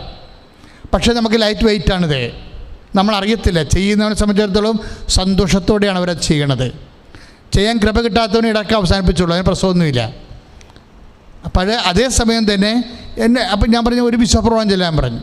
കാര്യം ഇവളോട് കർത്താവ് സംസാരിക്കുമെന്ന് എനിക്കറിയാം. കാര്യം അവൾ കർത്താവിൻ്റെ ഇൻറ്റിമേറ്റാണ്. അവളോട് സംസാരിക്കും. അവളോട് സംസാരിച്ചാൽ പിന്നെ ആരോട് സംസാരിക്കാനാ? ഓർമ്മ വെച്ച കാലം പോലെ ക്രിസ്തു എന്നും പറഞ്ഞ് നടക്കുകയാണ്. അത് നടക്കുക മാത്രമല്ല, അതിന് ജീവിക്കുക, അതിനുവേണ്ടി പ്രാർത്ഥിക്കുകയാണ്. എന്തെങ്കിലും ഒരു കാര്യം ഉണ്ടെങ്കിൽ കർത്താവിനെ കൂട്ടിയേ സംസാരിക്കത്തുള്ളൂ, പറയത്തുള്ളൂ, ആ കാര്യം വിലയിരുത്തത്തുള്ളൂ. കർത്താവിനെ നോക്കിയാണ് ഓരോ ചെവിടും വെക്കണത്. അങ്ങനെ കർത്താവേ എന്നും പറഞ്ഞ് ജീവിക്കുന്ന കുറേ മനുഷ്യരുണ്ട്. ഇപ്പം ഞാൻ ഇവളോട് കർത്താവ് സംസാരിക്കുന്നത് എനിക്കറിയാം. അപ്പം ഞാൻ പറഞ്ഞു, നീ വിശ്വാസപ്രമാണം ചെല്ലാൻ പറഞ്ഞു. അപ്പം ഞാനും വിശ്വാസപ്രമാണം ചൊല്ലി, അതറിയണ്ടല്ലേ അവളും വിശ്വാസപ്രമാണം ചൊല്ലി. വിശ്വാസപ്രമാണം ചൊല്ലി കഴിഞ്ഞില്ല, അതിന് മുമ്പ് ഞാനൊരു ചോദ്യം അവളോട് ചോദിച്ചു. കഴിയാനായപ്പോൾ ചോദിച്ചു, മോളെ ഇത് നീ ഈ കുട്ടി ഡൊമസ്റ്റിക് ഡോറാണെന്ന് പറയണമെന്ന് ഈശോ പറയണമെന്ന്. സത്യം പറഞ്ഞ ആ മെസ്സേജ് എനിക്കും അറിയാൻ പാടില്ല, അവൾക്കും അറിയത്തില്ല. അപ്പോൾ അവൾ എന്നോട് ചോദിച്ചു, എന്താണെന്ന് വെച്ചാൽ ഡൊമസ്റ്റിക് ഡോർ എന്ന് പറയണത്. അവൾ ആദ്യം കേൾക്കുകയാണ്, പക്ഷെ ഞാനും ആദ്യം കേൾക്കുകയാണ് ഡൊമസ്റ്റിക് ഡോർ. ഇപ്പോൾ ഡൊമസ്റ്റിക് എന്ന് വെച്ചാൽ നമുക്ക് ഹോം അഫെയർസ് നമുക്കറിയാം, വീട്ടുകാര്യങ്ങളാണ്. അപ്പോൾ ഡോറെന്ന് പറയുമ്പോൾ അപ്പോൾ ഞാൻ പറഞ്ഞത് വീണ്ടും ഞാൻ ഒരു സ്വർഗസ്ഥനായ പിതാവ് അവളെ കേൾപ്പിക്കാതെ മനസ്സിൽ ചൊല്ലി. കാര്യം എനിക്കിത് പറഞ്ഞു കൊടുക്കും, ഞാനാണല്ലോ ഇത് പറഞ്ഞു കൊടുത്ത ആൾ. അപ്പോൾ എനിക്കത് പറഞ്ഞു കൊടുക്കാൻ എൻ്റെ ആ ദർശനം വ്യാഖ്യാനിക്കാൻ, അല്ലെങ്കിൽ ആന്തരിക, ഇത് ദർശനം പോലും അല്ല, ആന്തരികമായ ഒരു പ്രചോദനമാണ് ഈ മെസ്സേജ് വരേണ്ടത്, ഡൊമസ്റ്റിക് ഡോർ എന്നുള്ളത്. അപ്പം ഞാൻ അവളോട് പറഞ്ഞു, ആ ഒരു സ്വർഗസ്ഥനായ പിതാവ് ചൊല്ലിക്കഴിഞ്ഞാൽ പറഞ്ഞു, മോളെ ഇതെങ്ങനെയാണ് ഒരു വീടിന് ഡൊമസ്റ്റിക് ഡോർ ഉണ്ടെന്ന് ഈശോ പറയണത്. എന്ന് വെച്ചാൽ വീട്ടുകാർക്ക് മാത്രം കയറാൻ പറ്റിയ വാതിൽ, പബ്ലിക് അതിലൂടെ കയറത്തില്ല. ഇപ്പം നമ്മുടെ സന്ദർശന മുറിയിലെ വാതിലെന്ന് പറയുമ്പോൾ പബ്ലിക് കയറുന്ന വാതിലാണ്. വീട്ടുകാർ കയറുന്ന വാതിലെന്ന് പറഞ്ഞാൽ ഇടനാഴികളിലുണ്ടാകുന്ന വാതിലുകളാണ്. അപ്പം ഞാൻ അവളോട് പറഞ്ഞ്, ഇപ്പം അപ്പനകത്തിരിക്കണം വിചാരിച്ചു. അപ്പനകത്തിരിക്കണം, കുട്ടികൾക്ക് അവർക്ക് സ്കൂളിലോ അല്ലെങ്കിൽ കോളേജിലോ അല്ലെങ്കിൽ ജോലി സ്ഥലത്തേക്ക് പോകുമ്പോൾ മാന്യമര്യാദയുള്ള കുഞ്ഞുങ്ങളാണെങ്കിൽ അപ്പനോട് വന്ന് പറഞ്ഞിട്ട് പോകും, അപ്പ പോണിടാ, ഒരു വാക്കെങ്ങനെ പറയാം, അപ്പ പോണിടാ എന്നിങ്ങനെ പറഞ്ഞിട്ട് പോകും. അപ്പോഴേ അങ്ങനെ പറയാനുള്ള കുഞ്ഞുങ്ങൾ എങ്ങനെയാണ് വരണത്? പുറത്ത് വന്ന് കോളിംഗ് ബെല്ലടിച്ച് വിസിറ്റിംഗ് ടൈം കുറിച്ചിട്ട് ഒഫീഷ്യലായിട്ടല്ലല്ലോ വരുന്നത്. അവർ ഇടനാഴിയിലുള്ള വാതിലെ കൂടി കയറി വന്നിട്ട് പറഞ്ഞിട്ട് പോകണമാണ്. ഇതാണ് ഡൊമസ്റ്റിക് ഡോർ എന്ന് പറയുന്നത്. നാട്ടുകാർക്ക് അപ്പനെ കാണണമെന്നുണ്ടെങ്കിൽ, അപ്പൻ കാര്യശേഷിയുള്ള ആളാണെങ്കിൽ നേരത്തെ വന്ന് വാതിക്കൽ നിന്ന് കോളിംഗ് ബെല്ലടിച്ച് അപ്പം തുറന്ന്, ചിലപ്പോൾ പുറത്തിരുന്ന് സംസാരിക്കേണ്ടവരാ പുറത്തിരുന്ന്, അകത്തോട്ട് കയറ്റേണ്ടവരാ അകത്തോട്ട് കയറ്റി, അങ്ങനെയൊക്കെ കുറേ എറ്റിക്വറ്റ്സും കുറേ സാങ്കേതിക വിഷയങ്ങളുണ്ട്. ഇത് പബ്ലിക് ഡോറാണ്, ഡൊമസ്റ്റിക് ഡോറല്ല. ഈ സ്വകാര്യ വാതിലാണ് ഡൊമസ്റ്റിക് ഡോറ്. അപ്പോൾ ഞാൻ ഇവളോട് പറഞ്ഞു, മോളെ ഈ കുട്ടി ഡൊമസ്റ്റിക് ഡോറാണെന്ന് ഈശോ പറയുന്നുണ്ടെന്ന് പറഞ്ഞു. It's A problem is over.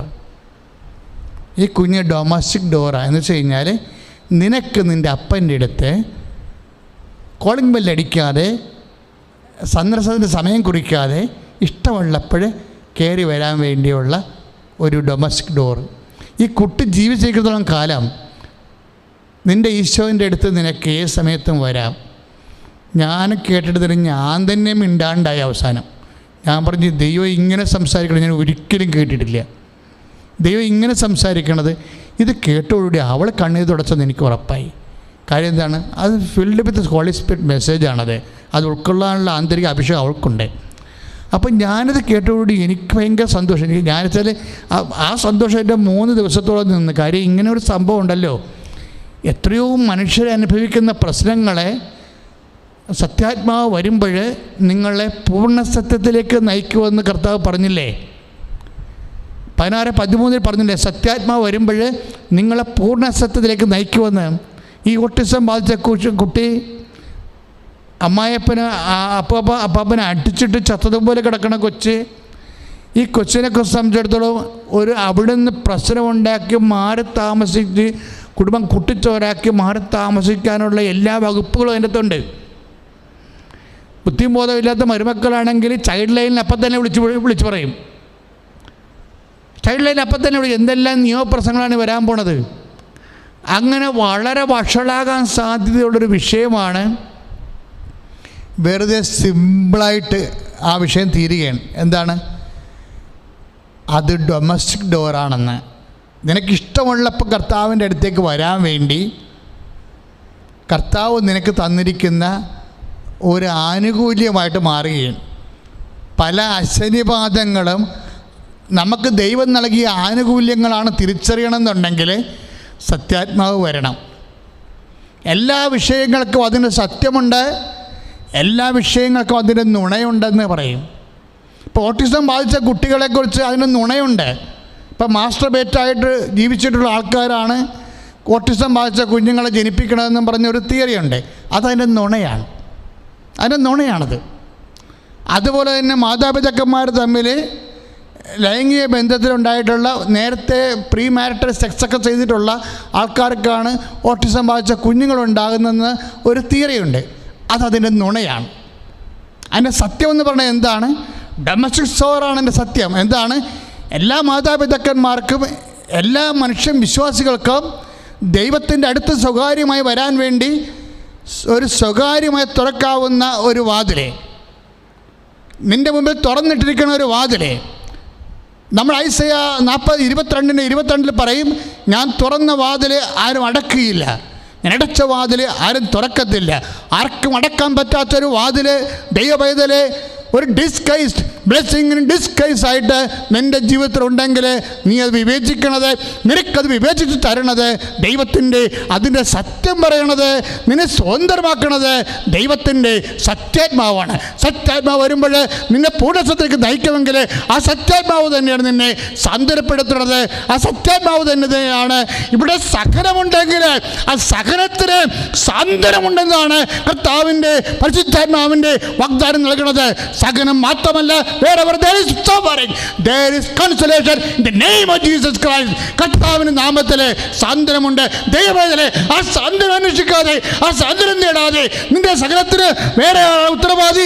അതിന് പലതരത്തിലുള്ള എൻ്റെ പാപകാരണങ്ങളാണ്, പൂർവികരുടെ പാപങ്ങളാണെന്നൊക്കെ പറയുന്ന വ്യാജ പ്രബോധനങ്ങളെ തിരസ്കരിച്ചുകൊണ്ട് ദൈവത്തിൻ്റെ മനസ്സറിയാൻ, സത്യത്തിൻ്റെ സാന്ത്വനത്തിൻ്റെ ആത്മാവിനാൽ അഭിഷിക്തരാകാൻ പ്രാർത്ഥിക്കട്ടെ. ശ്രുതിക്കട്ടെ.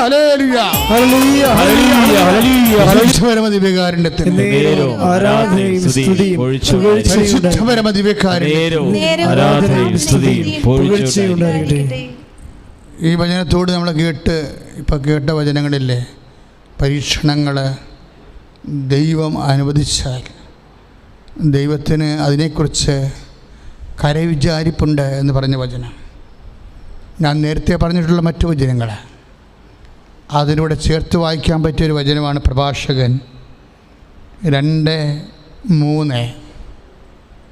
പ്രഭാഷകൻ 2:3, 2-ാം അധ്യായം 3-ാമത്തെ വാക്യം.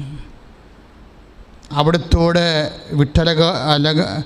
അകലാതെ ചേർന്ന് നിൽക്കുക. അവിടുത്തോട് വിട്ട് അകലാതെ ചേർന്ന് നിൽക്കുക. നിൻ്റെ അന്ത്യദിനങ്ങൾ ധന്യമായിരിക്കും. ഒരു മനുഷ്യൻ്റെ ജീവിതത്തിലെ ഏറ്റവും ക്ലേശകരമായ നിമിഷമാണ് അന്ത്യദിനങ്ങൾ. നമ്മൾ നന്മ നിറഞ്ഞു മറിയുന്ന പ്രാർത്ഥന ചെല്ലുമ്പോഴും നമ്മുടെ ഈ അങ്കലാപ്പ് അതിൽ പെടുത്തിയിട്ടുണ്ട്. ഇപ്പോഴും ഞങ്ങളുടെ മരണസമയത്ത് വന്ന് ഒരു മനുഷ്യൻ്റെ ഏറ്റവും വികലമായ സമയമാണ് അവൻ്റെ അന്ത്യദിനങ്ങൾ. നമുക്ക് കടങ്ങളുണ്ടാകാം, നമുക്ക് ജപ്തി നടപടികളുണ്ടാകാം, നമുക്ക് രോഗങ്ങളുണ്ടാകാം. അങ്ങനെയുള്ള പല നിമിഷങ്ങളിലൂടെ നമ്മൾ കടന്നു പോയിട്ടുള്ളവരാകാം. പക്ഷെ അതിനേക്കാൾ കഠോരമാണ് അന്ത്യദിനങ്ങൾ. പ്രഭാഷകൻ എന്താ പറയണത്? 2:3 അവിടുത്തോട്ട് വിട്ടകലാതെ ചേർന്ന് നിൽക്കുക. നിൻ്റെ അന്ത്യദിനങ്ങൾ ധന്യമായിരിക്കും. ദൈവത്തോട് ചേർന്ന് നിൽക്കുമ്പോൾ അന്ത്യദിനങ്ങൾ വരെ ധന്യമാകുമെങ്കിൽ തീർച്ചയായിട്ടും ദൈവവേദലെ അതിന് താഴെയുള്ള മാനസിക ആഘാതം വരുന്ന മറ്റ് എല്ലാ നിമിഷങ്ങളും ധന്യമായിരിക്കും. Very simple. അവിടത്തോട് ചേർന്ന് വിട്ടകലാതെ ചേർന്ന് നിൽക്കുക. നിൻ്റെ അന്ത്യദിനങ്ങൾ ധന്യമായിരിക്കും. കർത്താവിനോട് വിട്ടകലാതെ ചേർന്ന് നിൽക്കുന്നാൽ നമ്മുടെ ഒരു മനുഷ്യൻ്റെ ആയുസ്സിൽ ഏറ്റവും മോശമായ സമയം അവൻ്റെ അന്ത്യദിനങ്ങളാണെങ്കിൽ കർത്താവിനോടുള്ള ചേർന്ന് നിൽപ്പ് അന്ത്യദിനങ്ങളെ ആശ്വസിപ്പിക്കുമെങ്കിൽ എൻ്റെ ദൈവവേദലെ അതിന് താഴെയുള്ളതാണ് എല്ലാ പരീക്ഷങ്ങളും. നിൻ്റെ ജോലി, നിൻ്റെ വീട്, നിൻ്റെ വിവാഹം, നിൻ്റെ കുടുംബത്തിൽ നീ അനുഭവിക്കുന്ന ഓരോ തകർച്ചയും അന്ത്യമുഹൂർത്തങ്ങളെക്കാളും ആഘാതം കുറഞ്ഞതാണ്. ഈ നിമിഷങ്ങളെല്ലാം അതിജീവിക്കാനാണ് പ്രഭാഷകൻ 2:3 ദൈവാത്മാവ് നമ്മളോട് സംസാരിക്കണം. എന്ത് ചെയ്യണം? നമ്മൾ ബൈറ്റ് അവിടുത്തോട് വിട്ടകലാതെ ചേർന്ന് നിൽക്കുക. അവിടുത്തോട് വിട്ടകലാതെ ചേർന്ന് നിൽക്കുക. പ്രാർത്ഥനയിലെ, ഭക്തിയിലെ ഈ വിട്ടകലാതെ ചേർന്ന് നിൽക്കുന്നതിനാണ് ഈ ഭക്തി എന്ന് പറയുന്നത്. ഭക്തി പ്രാർത്ഥനയിൽ മാത്രമല്ല, ഭക്തി പ്രവർത്തനത്തിലുമുണ്ട്. എല്ലാ ഉടമ്പടിയുടെ എല്ലാ പ്രേക്ഷിത പ്രവർത്തനങ്ങളും ഭക്തിയുടെ പ്രവർത്തനങ്ങളാണ്.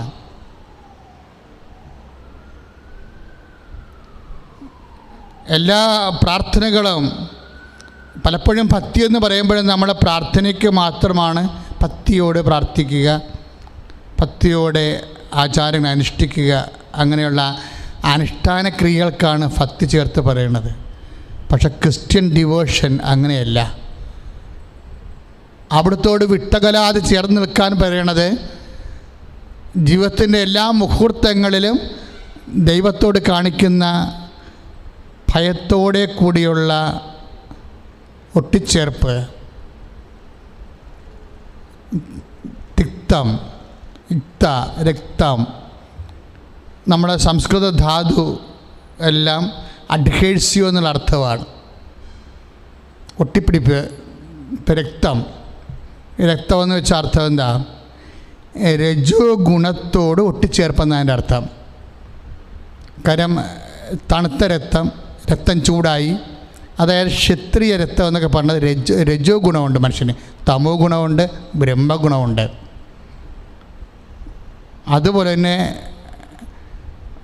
നീതിക്ക് വേണ്ടിയുള്ള പോരാട്ടമുള്ളവർക്ക് രജോ ഗുണങ്ങളാണ് കൂടുതൽ, പ്രത്യേകിച്ച് ഫൈറ്റേഴ്സിന്. അതിന് രക്തമാണ്. രക്തം തണുത്താൽ അവൻ്റെ വീരശൂരത്വം കുറയും. അതാണ് പട്ടാളക്കാരെയൊക്കെ യൂത്തായി കഴിഞ്ഞാൽ പിന്നെ കാലാൾ ആയിട്ട് ആർമിയായിട്ടുള്ള ആൾക്കാർക്ക് പറഞ്ഞു വിടാൻ കാര്യം എന്താ? ഞാൻ യൂത്തിനെ എടുക്കത്തുള്ളൂ. അതുപോലെ രക്തം രജോ ഗുണത്തോട് ഒട്ടിച്ചേർപ്പ്. അതുപോലെ തന്നെ ഭക്തി ദൈവത്തോട് ഭയത്തോടെയുള്ള ഒട്ടിച്ചേർപ്പാണ്. ദൈവത്തോട് മുപ്പളമ നോക്കാതെ തോളെ കൈയിട്ട് നടക്കണ, അങ്ങനെ ചിന്തിക്കണ കുറേ ആൾക്കാരുണ്ട്. നിങ്ങളുടെ അത്തരം ഭക്തിയൊക്കെ ഒരുതരം ഭക്തിയുടെ പേക്കോലങ്ങളാണ്. ദൈവമാണെങ്കിൽ, ആത്മാവാണ് നിങ്ങൾ നയിക്കപ്പെടുന്നതെങ്കിൽ ആത്മാവ് ഒരു മിനിമം ഭയം തരും നമുക്ക് ദൈവത്തെക്കുറിച്ചുള്ള ആന്തരികമായൊരു ഭയം. ആ ഭയം എന്തിനു ചെയ്യും? നമ്മളോട് ദൈവത്തെ ഭയത്തോടു കൂടി നമ്മൾ ദൈവത്തെ, ആ സ്നേഹത്തിൽ നിന്ന് നിർഭരമായ ഭയമാണത്. അല്ല, സ്നേഹത്തിൽ നിന്നുണ്ടാകുന്നൊരു ഭയമാണ്, ദൈവത്തെ ദൈവമായി അറിഞ്ഞുകൊണ്ടുള്ള ഒരു ഭയം. ഈ ഭയത്തോടു കൂടി നമ്മൾ ദൈവത്തോട് ഒട്ടിച്ചേർക്കുമ്പോൾ എന്ത് കിട്ടുമെന്നാണ് പറയണത്? നമുക്ക് കാരുണ്യം കിട്ടുമെന്നാണ്. ഇന്നലെ ഞാൻ അമ്മ മാതാവിൻ്റെ ദൈവമാത തിരുനാളായിരുന്നു ഇന്നലെ.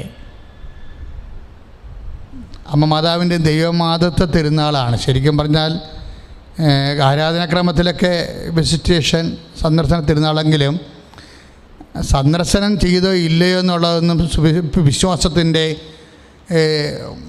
അത് അങ്ങനെ ഒരു സംഭവം നടന്നില്ലെങ്കിൽ വിശ്വാസം നിലനിൽക്കാത്ത അവസ്ഥ ഒന്നുമല്ല. പക്ഷേ അമ്മ ദൈവമാതാവാകുന്നുള്ളത് നമ്മുടെ വിശ്വാസത്തിൻ്റെ വളരെ ഗുരുതരമായ ഒരു അടിസ്ഥാന വിശ്വാസമാണ്, തേത്തോക്കസ്. അതുകൊണ്ട് ഞാനെപ്പോഴും ആ വചനം വായിച്ചപ്പോൾ എൻ്റെ മനസ്സിൽ വന്നത് ദൈവമാതാവിൻ്റെ തിരുനാൾ, ദൈവമാതത്തെ വെളിപാടുള്ള ദിവസമായിരുന്നു ഇന്നലെ. എൻ്റെ കർത്താവിൻ്റെ അമ്മ എന്നെ കാണാൻ എനിക്കെങ്ങനെ യോഗ്യതയെന്ന് എലിസബത്ത് ചോദിക്കുമ്പോഴേ മറിയം ദൈവത്തിൻ്റെ അമ്മയാണെന്ന് വെളിപ്പെടുത്തിയ ഒരു സുവിശേഷ മുഹൂർത്തമാണത്. അത് വായിച്ചുകൊണ്ടിരിക്കുന്ന സമയത്ത് എൻ്റെ മനസ്സിൽ വന്നത്, അവിടുന്ന് തൻ്റെ ഭക്തരുടെ മേൽ തൻ്റെ കാരുണ്യം തലമുറകൾ തോറും കാണിക്കുമെന്ന്. ദൈവം തൻ്റെ കാരുണ്യം തൻ്റെ ഭക്തരുടെ മേൽ തലമുറകൾ തോറും കാണിക്കും. അതായത് അമ്മ എങ്ങനെയാണ് ദൈവമാതാവായെന്നുള്ള ചോദ്യത്തിന് പരിശുദ്ധാത്മാവ് നൽകുന്നൊരു മറുപടിയായിട്ടാണ് എനിക്കത് തോന്നിയത്. അമ്മ പറഞ്ഞത് എൻ്റെ യോഗ്യതയല്ല, ഞാൻ അപ്പായുടെ ഒരു ഭക്തയാണ്, ഒരു വല്ലാത്ത ഭക്ത. എന്നുവെച്ചാൽ 4 വയസ്സിൽ പെറ്റ് സാമുവലിനെ പോലെ ദേവാലയത്തെ കൊണ്ടുവന്ന് നിർത്തി 12 വയസ്സ് വരെ അപ്പായുടെ കൂടെ ജീവിച്ചപ്പോൾ കിട്ടിയ ഭക്തിയാണത്. അത് അമ്മ 12 വയസ്സ് കഴിഞ്ഞപ്പോൾ ആ പത്തി കളഞ്ഞില്ല. ഇന്ന് ലോകത്തിന് മുഴുവൻ സംഭവിച്ചിരിക്കുന്ന എൻ്റെ പ്രശ്നം, 12 വയസ്സ് വരെ എല്ലാവർക്കും പത്തിയുണ്ട്, വിശ്വാസമുണ്ട്. പല ക്രിമിനൽസും പണ്ട് ഓൾട്ടർ ബോയ്സ് ആയിരുന്നു, അറിയാമോ നിങ്ങൾക്ക്? ഞാനിവിടെ ഇടവക ചെല്ലുമ്പോൾ വെള്ളമടിച്ച് 4 കാലിലൊക്കെ വരുന്നവന്മാരെ കാണുമ്പോൾ നാട്ടുകാർ പറഞ്ഞതാണ്, ഇവൻ പണ്ട് ഓൾട്ടർ ബോയ് ആണെന്ന് പറയും. See what happened? എവിടെയാണ് സംഭവിച്ചത്? 12 വയസ്സായപ്പോൾ അവൻ്റെ ഭക്തി നഷ്ടപ്പെട്ടു. അങ്ങനെ ഭക്തി നഷ്ടപ്പെടുന്നുണ്ടെങ്കിൽ അത് മാതാപിതാക്കന്മാരെയോ സഭയെ കുറ്റം പറഞ്ഞ കാര്യമില്ല, ആ വ്യക്തി തന്നെയാണ് കളഞ്ഞത്. കാര്യം ഓരോ 12 വയസ്സെന്ന് പറയുന്നത് ഒരു ആത്മീയ പൗരത്വത്തിൻ്റെ ഒരു കാലമാണെങ്കിൽ ഒരു പിശാച് ഒരു മനുഷ്യനെ ഒരിക്കലും തൊടത്തില്ല, unless we give a chance. അതുകൊണ്ടാണ് എഫേസ്യരുടെ പുസ്തകത്തിൽ പറയുന്നത്, സത്താന് നിങ്ങൾ അവസരം കൊടുക്കരുത്. ആരെങ്കിലും ഭക്തിയിൽ നിന്ന് വിട്ടുപോയിട്ടുണ്ടെങ്കിൽ അത് അവൻ്റെ മാത്രം ഉത്തരവാദിത്വമാണ്. ആരെങ്കിലും ഭക്തിയിൽ നിന്ന് വിട്ടുപോയിട്ടുണ്ടെങ്കിൽ അത് അവൻ്റെ മാത്രം ഉത്തരവാദിത്വമാണ്. എനിക്ക് 9ാം ക്ലാസ് വെച്ച് കുറച്ച് അബ്രീവേഷൻ സംഭവിച്ച ആളാണ്. ചീത്ത കൂട്ടുകെട്ട് കാരണം എൻ്റെ വിശുദ്ധിയ പ്രാർത്ഥന പോയ ആളുണ്ട്, ഒരു കാലമുണ്ട്. പക്ഷേ 10ാം ക്ലാസ് ആയപ്പോൾ ഞാൻ തന്നെ തിരിച്ചു വന്നത്. ഒരു കൊല്ലം മാത്രമേ എനിക്കൊരു ഗ്യാപ്പ് കിട്ടിയുള്ളൂ, കർത്താവുമായിട്ട് അകന്ന് പോകേണ്ട ഒരു കാലം വന്നുള്ളൂ. പക്ഷേ 10ാം ക്ലാസ്സിലായപ്പോൾ ഞാൻ തിരിച്ചു വന്നു. ആരാണ്? ഞാൻ തന്നെ പോയി, ഞാൻ തന്നെ തിരിച്ചു വന്നതാണ്. ഇന്നുവരെ പിന്നെ പോയിട്ടില്ല കർത്താവിനിടയ്ക്കെന്ന്. ആരെങ്കിലും 12 വയസ്സുകാർ ഏതെങ്കിലും കാരണവശാൽ കർത്താവിൽ നിന്ന് ഭക്തിയിൽ നിന്നും പ്രാർത്ഥനയിൽ നിന്നും പോയിട്ടുണ്ടെങ്കിൽ നിങ്ങൾ മാതാപിതാക്കന്മാരെ കുറ്റം പറഞ്ഞിട്ടൊരു കഥയുമില്ല. ഏത് കുട്ടിയാണ് പോയത്, അത് അവളുടെ അല്ലെങ്കിൽ അവൻ്റെ മാത്രം ഉത്തരവാദിത്വമാണെന്ന് ഈ ധ്യാനം കേൾക്കുമ്പോൾ നിങ്ങൾ തിരിച്ചറിയണം. പരിശുദ്ധ അമ്മ 12 വയസ്സ് കഴിഞ്ഞിട്ടും അപ്പായോടുള്ള ഭക്തി നിലനിർത്തി. അങ്ങനെ നിലനിർത്തിയത് കൊണ്ട് അമ്മയോട് പരിശുദ്ധാത്മ പറഞ്ഞു, മേരി നീ എങ്ങനെ കർത്താവിൻ്റെ അമ്മയായെന്നറിയാമോ? അതിലൊരു കാരണം, പല കാരണങ്ങളുണ്ട്. ഒരു കാരണം അവിടുത്തെ കാരുണ്യമാണ്. അതാണ് ലൂക്കാ 1:50 എഴുതിയിരിക്കുന്നത്. അവിടുത്തെ ഭക്തരുടെ മേൽ അവിടുത്തെ കാരുണ്യം തലമുറകൾ തോറും കാണിക്കുമെന്ന്. നമ്മുടെ തലമുറയിൽ മാത്രമല്ല, അടുത്ത തലമുറയിലും അതിൻ്റെ പിന്നത്തെ തലമുറയിലും കാണിച്ചുകൊണ്ടേയിരിക്കുമെന്ന് കാരുണ്യം. അനാദ്യമായ കാലം മുതൽ ദൈവം സൂക്ഷിച്ചു വച്ചിരിക്കുന്ന കാരുണ്യമുണ്ട്. മനുഷ്യനെ സൃഷ്ടിക്കുമ്പോൾ അവൻ തെറ്റ് ചെയ്യുമെന്ന് കണക്കാക്കിയിട്ട് അതിനെ പരിഹാരം ചെയ്യാൻ വേണ്ടി സൂക്ഷിച്ചു വെച്ച നിരന്തരദ്രവ്യമായ ദൈവകാരുണ്യം അതാർക്കാണ് വിളമ്പിക്കൊടുക്കുന്നത്? അവിടുന്ന് തൻ്റെ ഭക്തരുടെ മേൽ. ആർക്കൊക്കെയാണ്? തലമുറകൾ തോറും. The full of sap have A green എന്ന് പറഞ്ഞ വചനമുണ്ട്. ഇടയ്ക്കെൻ്റെ മനസ്സിൽ വരുന്നൊരു വചനമാണ്. They are full of sap ever green. കർത്താവിൽ ആശ്രയിക്കുന്നവൻ, കർത്താവിനോട് ഭക്തി കാണിക്കുന്നവൻ, അവൻ എത്ര വാർദ്ധക്യം ചെന്നാലും അവൻ ഹരിതാഭമായിരിക്കും. സങ്കീർത്തനം 92:14 there are full of sap ever green. അതായത് അവൻ എത്ര പ്രായം ചെന്നാലും. കഴിഞ്ഞ ദിവസങ്ങളിൽ ഞാൻ ധ്യാനം നടത്തിയപ്പോൾ എൻ്റെ മനസ്സിൽ ഒരു കുർബാന ചൊല്ലിയപ്പോൾ എൻ്റെ മനസ്സിൽ വാക്ക് വന്നു. സഭയിൽ 2 ഡിസ്പ്യൂട്ട് വന്നിട്ടുണ്ട്. യുവാക്കന്മാർ നാളെയാണെന്ന് പറയും, നാളത്തെ വാഗ്ദാനമാണ് യുവാക്കന്മാരെന്ന് പറയും. അപ്പോൾ ഒരു വിഭാഗം പറയും യുവാക്കന്മാർ നാളത്തെ വാഗ്ദാനമല്ല, ഇന്നത്തെ സഭയാണെന്ന് പറയും. ഇത് ഞാൻ ധ്യാനിച്ചപ്പോൾ എൻ്റെ മനസ്സിൽ പറഞ്ഞത്, യുവാക്കന്മാർ ആരാണെന്ന് ചോദിച്ചു. എപ്പോഴെങ്കിലും ഒരു മനുഷ്യന് പ്രക്രിയേഷന് വേണ്ടി, ഉൽപ്പാദനത്തിന് വേണ്ടി അവൻ്റെ അവയവങ്ങൾ സജ്ജമായാൽ ഉടനെ അവൻ യുവാവാകുമോ? നോൺസെൻസ്. അവൻ്റെ അവയവങ്ങൾ പ്രത്യുൽപാദനത്തിന് വേണ്ടി റെഡിയായി കഴിയുമ്പോഴാണോ അവൻ യൗവനക്കാരനാകണത്, യുവതിയാകണത്? ബൈബിളിൽ അല്ല. എന്നാണ് നിനക്ക് കർത്താവിനെ കൊടുക്കാൻ കഴിയണത്? എന്നാണ് നിനക്ക് കർത്താവിനെ പ്രത്യുൽപാദിപ്പിക്കാൻ കഴിയണത്? എന്നാണ് നിനക്ക് കൃപ പ്രത്യുൽപാദിപ്പിക്കാൻ കഴിയണത്? ദാറ്റ് ഈസ്, ആ സമയത്താണ് നീ യുവാവോ യുവതിയോ ആകണത്. എവർഗ്രീൻ എന്ന് പറയുമ്പോൾ അവൻ കർത്താവിൻ്റെ ദാസൻ ആജ്ഞരിക്ക് നട്ടിരിക്കുന്ന മരങ്ങൾ പോലെയാണ് അവർ, നിത്യഹരിതമാണെന്ന് പറയുമ്പോൾ 84 വയസ്സിന് യൂത്തായിരിക്കാൻ കഴിയുമെന്ന് എൻ്റെ അർത്ഥം. ദൈവജന നീ ഭക്തയാണെങ്കിൽ, നീ ഭക്തനാണെങ്കിൽ നിനക്ക് 90 വയസ്സായാലും നിനക്ക് വാർദ്ധക്യം ബാധിക്കത്തില്ല. നീ യൂത്തായിരിക്കും. കർത്താവിനെ കൊടുക്കാൻ കഴിയുന്നുണ്ടോ? കൃപ ആർജിക്കാൻ കഴിയുന്നുണ്ടോ? കൃപ തിരിച്ചു കൊടുക്കാൻ കഴിയുന്നുണ്ടോ? ദൈവത്തെങ്കിലേക്ക് മനുഷ്യരെ വളർത്താനും മാതൃകയാക്കാനും നിനക്ക് കഴിയുന്നുണ്ടോ? You are youth in your 90s. നിൻ്റെ 90കളിലും നീ കർത്താവിൻ്റെ നാമത്തിൽ കർത്താവിൻ്റെ യൗവനക്കാരനാണ്, യൗവനക്കാരിയാണ്. ദൈവത്തിലെ ആത്മീയ മേഖലയിലെ അതൊരു ജഡികമായ വിഷയമല്ല. ആത്മീയ മേഖലയിലെ അത് ആത്മീയമായ വിഷയം തന്നെയാണ്. എത്ര പ്രായമായാലും മദർ തെരേസയും ജോൺ പോളുമൊക്കെ അവരുടെ 90കളിലൊക്കെയാണ്, അല്ലെങ്കിൽ അവർ 87കളിലൊക്കെയാണ് അവർ യൂത്തിനെ പോലെ കർത്താവിനെ കൊടുത്തുകൊണ്ടിരുന്നത്. അവർ പ്രായം ചെയ്യുന്ന ആൾക്കാരാണ്, കണ്ടു കഴിഞ്ഞാൽ മനസ്സിലാകും. പക്ഷേ അവിടെ വായിന്ന് വരുന്ന വചനങ്ങളിലെല്ലാം എത്രയോ മനുഷ്യരാണ് ആത്മാവിൽ വീണ്ടും ജനിച്ചത്. They are youth in there old age. അതെന്താണ്? ഭക്തിയാണ്. അവിടുത്തോട് ചേർന്ന് നിൽക്കുക, അവിടുത്തോട് വിട്ടകലാതെ ചേർന്ന് നിൽക്കുക. നിൻ്റെ അന്ത്യദിനങ്ങൾ ധന്യമായിരിക്കും. വരുന്ന ദുരിതങ്ങളെല്ലാം സ്വീകരിക്കുക. എന്തൊരു വചനം! ഞെരുക്കുന്ന ദൗർഭാഗ്യങ്ങളിലെ ശാന്തത കൈവടിയരുത്. പ്രഭാഷകൻ 2:5. എന്തെന്നാൽ സ്വർണം അഗ്നിയെ ശുദ്ധി ചെയ്യപ്പെടുന്നു, സഹനത്തിൻ്റെ തീച്ചൂളയിൽ കർത്താവിന് സ്വീകാര്യമായ മനുഷ്യരും. കർത്താവിന് അതാ പ്രഭാഷകൻ 5-6 വചനം 2:5. അപ്പം സഹനത്തിൻ്റെ തീച്ചൂളയിലെ മനുഷ്യരെ ശോധന ചെയ്യപ്പെടുന്നു. ആരാണ്? കർത്താവിന് സ്വീകാര്യരായ മനുഷ്യരെ. ഇതാണ് ഒരു സത്യം. നമുക്ക് സഹനം വരുമ്പോൾ നമ്മുടെ കയ്യിരിപ്പ് കൊണ്ടാണ്, പൂർവികരുടെ ദോഷം കൊണ്ടാണെന്നല്ല, അത് നുണയാണ്. സത്യാത്മാവ് വരുമ്പോൾ നിങ്ങളെ പൂർണ്ണ സത്യത്തിലേക്ക് നയിക്കുമെന്ന് 16-13 പറഞ്ഞെങ്കിൽ സഹനത്തിൽ തീച്ചൂളയിൽ ഞെരുക്കപ്പെടുന്നത്, മെരുക്കപ്പെടുന്നത്, ശുദ്ധി ചെയ്യപ്പെടുന്നത് ആരാണ്? സഹനത്തിൻ്റെ തീച്ചൂളയിൽ കർത്താവിന്. എന്തെന്നാൽ സ്വർണം അഗ്നിയിൽ ശുദ്ധി ചെയ്യപ്പെടുന്നു. പ്രഭാഷകൻ 2:5. അതുപോലെ തന്നെ സഹനത്തിൻ്റെ തീച്ചൂളയിൽ കർത്താവിന് സ്വീകാര്യരായ മനുഷ്യരും. നിനക്ക് സഹനമുണ്ടോ? അത് കർത്താവിൻ്റെ നാമത്തിലാണോ നീ എടുക്കണത്? നീ ആരാണ്?